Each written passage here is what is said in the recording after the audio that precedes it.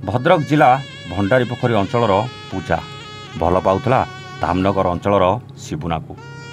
पूजा देखा खूब सुंदर थिला आउ शिबुना प्रेम रे पड़ी जाइथिला। उभयंक परिवार जानिला परे बाघर करैदेले। हेले बाघर 3 वर्ष परे एमिति कौन हैला पूजा को जाजपुर एक डाक्तरखाना रे मृत अवस्था पाइले पूजार परिवार लोके।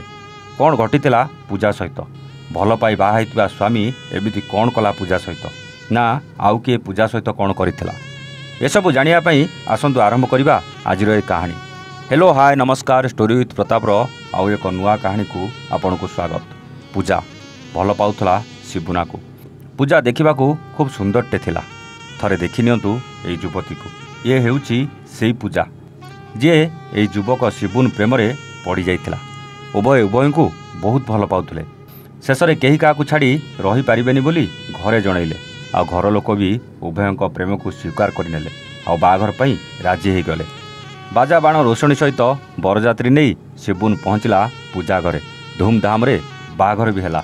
बाहा बेदी रे उभय 7 जन्म पई साथी हेबा को कथा देई स्वामी स्त्री भी हेले। या भितरे बीती जाइतिला 3 वर्ष। एई 3 वर्ष भितरे संसार गाड़ी ठीक ठाक रे चलिथिला। हेले एमानक भल पाइबारे केमिति के जानी का नजर लगी जाइथिला। हस खुशी परिवार सहित समय काटुवा पूजा उपरे माड़ी आसिला दुखर झड़। शिबुना और तार परिवार लोके पूजा को निर्यातना देवा आरंभ करते। से दिन पूजा घर भीतर थिला बेले स्वामी शिबुना ससुर और सासू मिसी पूजा को मारी देइछन्ति बोली पूजार माँ और परिवार लोके अभियोग करछन्ति। हेले काहेकि एमिति सुंदरी पूजा उपरे नृशंस काम कले शिबुनार परिवार लोके। से गोटे कथा आज्ञा जड़े बोहू जेतेबेले निर्यातनार शिकार हुए से गोटे कारण पाई सेटा होउची यौतुक नामक से राक्षस पाई। बाघर बेले यौतुक बाबद को 2.5 लाख टंका देवार थिला किंतु पूजार परिवार लोके 2 लाख टंका देतिले आउ 50,000 टंका पाई आरंभ कर देतिले निर्यातना देवा। ए निर्यातना सही न पारी मामू पूजा को घर को डाकिथिला। से दिन पूजा मामू घर को जाइथिले। मामू धान बिक्री कर रखिथिबा 25,000 टंका यौतुक बाबद रे पूजा को देथिले आउ तांको घरे दे देवा पाई कहिथिले। पूजा टंका नहीं घरे शिबुना को देथिला। शिबुना किंतु 25,000 टंका देखी रागी जाइथिला आउ बाकी 25,000 टंका काहेकि आनिलुन बोली मारिबा आरंभ कर देथिले आउ निर्यातना देई देई पूजार जीवन भी नहीं गले। एमिति एक अभियोग आनिचंती पूजार परिवार लोके।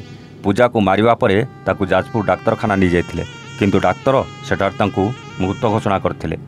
पूजार परिवार लोके धामनगर थाना रे एतला देले किंतु कोनोसी सुफल न मिलिबारु न्याय पाई भद्रक एसपी को द्वारस्थ होइचंती। सतरे कौन शिबुना एते भल पाउथबा सुंदर स्त्रीर जीवन नहीं ना या भितरे आउ किछि कारण अछि कमेंट करी निश्चित जनइबे। आज पाई रहुचु आमे पुणी आसिबु आउ एक नुआ कहानी सहित स्टोरी विथ प्रताप रे। सेतेबेले जाए नमस्ते जय जगन्नाथ।